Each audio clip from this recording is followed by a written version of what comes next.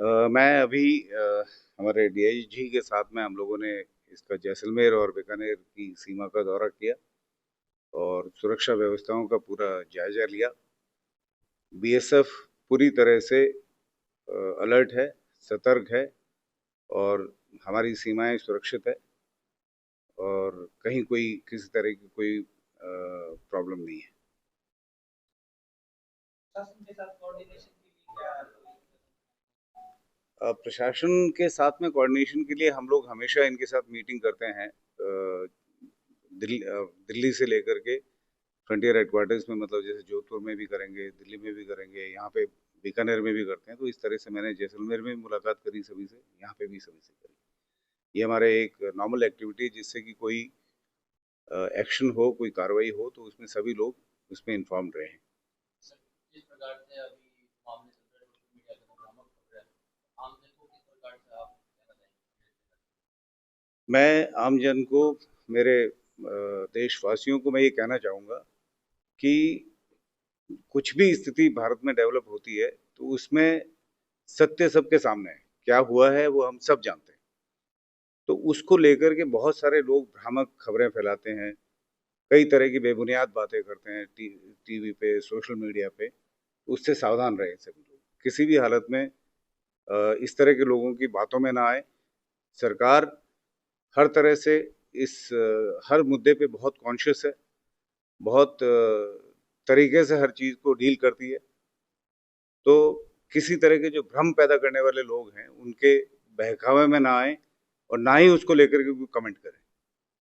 Sir, तो सीमा और सीमा के आदियों की बड़ी चुनौती रहती है, गर्मी भी है, इसको लेकर के हाँ, अब जैसे राजस्थान का टेम्परेचर बढ़ रहा है अभी। कल 45 डिग्री टेम्परेचर था, तो और भी अभी आगे जाएगा। इस बार मौसम विज्ञान वाले बता रहे हैं कि करीब 56 डिग्री तक पहुंचेगा। उसके लिए हमने सीमा पर पूरे बंदोबस्त किए हैं ताकि हमारे जवान अ, उनके ड्यूटी ठीक से कर पाए। गर्मी तो रहेगी, उसको तो बंद नहीं कर सकते हम, लेकिन हमने उनके खड़े होने के बंदोबस्त किए हैं, ठंडे पानी के बंदोबस्त किए हैं। उनके अगर जो लगातार उनको नींबू पानी और ओआरएस टाइप के घोल और उस तरह की चीज़ें भी देने की बंदोबस्त किया, लस्सी पिलाने का भी बंदोबस्त किया जो लगातार चल रहा है। और साथ साथ में, लेकिन इसमें ठीक है, हमारे लिए एक रूटीन है। ये गर्मी और सर्दी, बारिश, तूफान सब आते ही आते हैं, लेकिन सीमा पे जो आदमी खड़ा है उसको खड़ा रहना ही है। तो हम लोग सारे के सारे वहीं खड़े हैं और खड़े रहेंगे, कोई दिक्कत नहीं आएगी।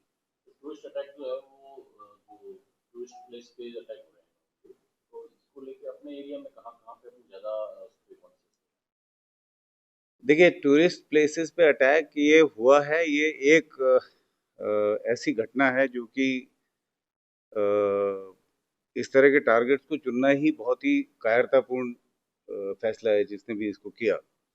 इस तरह के कोई निहत्थे लोगों पे आकर गोली चलाना या उनको मार देना कोई बहुत बहादुरी का काम नहीं है। यहाँ पे इस तरह के जो टूरिस्ट प्लेसेज हैं वहाँ पे हमारे यहाँ पे इस तरह की कोई स्थिति नहीं है। लेकिन फिर भी इसको लेकर के पुलिस प्रशासन और हम लोग सभी सजग है इसको लेकर के। हमारे यहाँ पे कोई इस तरह की स्थिति नहीं आएगी। ये जो अटैक थानों को एक थानों को भी एक्टिव किया गया है, इवन वहाँ पे जो तहसीलदार, नायब तहसीलदार सब उनको भी प्रशासन ने कहा है कि आप सतर्क रहें, थाने तक एसपी खुद पहुँच के वहाँ कर रहे हैं, तो क्या ऐसा है या क्या कोई नहीं, सावधानी? अंदेशा नहीं है, एक नॉर्मल ड्रिल है। ये अंदेशा नहीं है, मतलब कि नहीं हो पाए, कोई ऐसी कोई घटना नहीं हो पाए तो सभी लोग सतर्क रहते हैं ताकि ग्राउंड पे जाकर के एक बार देख लें कहाँ पे क्या सिचुएशन चल रही है। और सभी लोग अगर उसको सजग होंगे तो ऐसी घटना नहीं हो पाएगी। अगर वहाँ पे जैसे ये घटना हुई है तो वहाँ पे संभवतः लोगों को इसका आइडिया नहीं था कि ऐसा हो जाएगा। पाकिस्तानियों को निकालने की भी चल रही है, जो पाकिस्तानी यहाँ पे हैं उनको निकाल रहे हैं, या राजस्थान में क्या स्थिति, कितने लोग हैं जिनको यहाँ से वापस रिपोर्ट किया जाए? वो मुझे नहीं अंदाजा है इसके बारे में, लेकिन ये भारत सरकार का फैसला है। जो भी गवर्नमेंट का डिसीजन होगा उसके हिसाब से कार्रवाई ये जो अटैक हुआ है सर, आपको भी लगता है साइकोलॉजिकल वॉर है, एक दो कारकों को आपस में लड़ाने के लिए जिस होगी। प्रकार से सद्भावना बनी है सर, अब ये सब प्रकार से गाँव में मंदिर प्राइवेट के अंदर क्या बदलाव? देखिए, इससे हमारे को ना बहुत प्रभावित होने की आवश्यकता नहीं है। घटनाएं कहीं पे भी हो सकती है, दुर्घटनाएं कहीं पे भी हो सकती है, लेकिन हमें एज ए कंट्री खड़े होना है। एज ए कंट्री हमें अपने सरकार के साथ खड़े होना है। हमें अपनी फोर्सेस के साथ खड़ा होना है, किसी भ्रम में नहीं पड़ना है, और माकूल जवाब देगी गवर्नमेंट इसका। इसका कोई ऐसा नहीं है कि उसको कोई भी चीज़ का जवाब नहीं दिया जाएगा।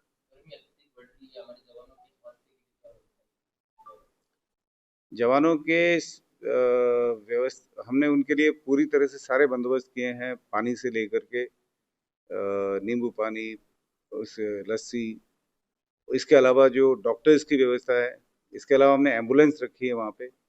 अगर कोई हीट स्ट्रोक होता है तो उसको फौरन हम इवैक्यूएट करके उसको पीछे लाएंगे। हर एक जगह पे कूल रूम्स बनाए हैं, क्योंकि बॉर्डर का टेम्परेचर हमेशा आपके यहाँ से करीब 2 से 3 डिग्री ज़्यादा होता है। तो जब यहाँ पे शहर में 50 होगा तो वहाँ पे 55 पहुँच जाएगा। एक अहम सवाल है सर कि हम बॉर्डर में बैठे हैं क्लियर पे, और हमारे सामने दुश्मन देश खड़ा है। यहाँ से 100 किलोमीटर दूर उसका एक देश की है, तो आर्मी देश की है। खबरें आ रही है कि पाकिस्तानी सेना जो पूरी तैयारी कर रही है, उसके अकॉर्डिंग हमारे सामने किस तरह की चुनौतियां हैं, हम उसको किस तरह से फेस करें, खासकर उस एरिया में जहाँ पे हरियाली ज्यादा है। ऐसा कुछ नहीं होगा। ये सब बेबुनियाद खबरें हैं जो इस तरह की आती है कि पाकिस्तान सेना तैयारी कर रही है, पाकिस्तान सेना ये कर रही है। बोलने वाले कभी कुछ करते नहीं है, नहीं बोलने वाले करते हैं। जब करना होता है तो जो बोलने करने वाला कभी बोलेगा नहीं, और बोलने वाला कभी करेगा नहीं।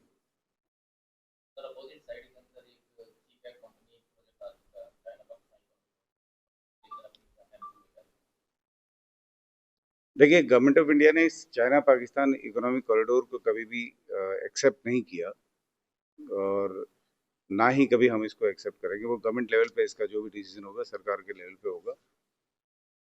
मुझे नहीं लगता कि ये प्रोजेक्ट कंप्लीट हो जाएगा। जिस तरह से इतने लंबे टाइम से चल रहा है, कॉस्ट ओवररन हो रही है, जिस तरह से तमाम चीज़ें हो रही है, मुझे नहीं लगता कि ये प्रोजेक्ट कभी कंप्लीट होगा। किसको? I am not aware of that. बढ़ाने जैसी कोई बात नहीं है। हम हमेशा अलर्ट है, और निश्चित रूप से हमारे देश की सीमाएं सुरक्षित है। बीएसएफ सदैव 24 घंटे 365 दिन लगी हुई है। आप इसकी कतई चिंता नहीं करें, चाहे वो ईस्टर्न बॉर्डर है, बांग्लादेश बॉर्डर है, चाहे वो पाकिस्तान बॉर्डर है। पूरे बॉर्डर्स पे जो दोनों ही सेंसिटिव बॉर्डर्स है, इस पे हम लगातार लगे हुए हैं 24 घंटे 365 दिन।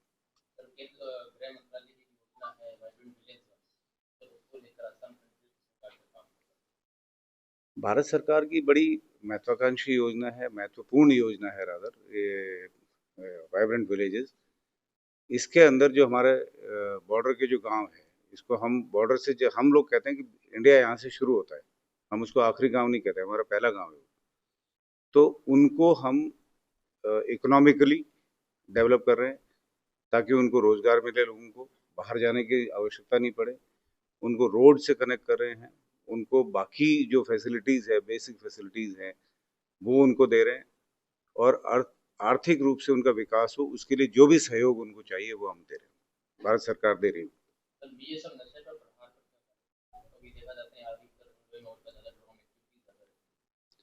देखिए, अभी ड्रोन एक्टिविटीज़ जितनी भी हो रही है वो काफ़ी पहले से कम हुई है, और उसके ऊपर हमारी बहुत ज़्यादा निगाह रहती है, क्योंकि ड्रोन के जरिए ये इनकी मेनली इनकी ड्रग स्मगलिंग होती है पाकिस्तान साइड से हमारी साइड में जो आते हैं। तो इसके ऊपर हम बहुत सजग हैं, और हर इलाके के अंदर हमने अपनी पोस्ट एस्टेब्लिश करी है। पुलिस के साथ में भी हमने इसके लिए जॉइंट पेट्रोलिंग चालू करी है, रात के टाइम पे, दिन के टाइम पे, अलग अलग जगहों पे। बाकी एजेंसीज भी जो है, लॉ इन्फोर्समेंट एजेंसी, उनके साथ में भी हमारे इसमें कोऑर्डिनेशन करके हमने काफ़ी कार्रवाई की।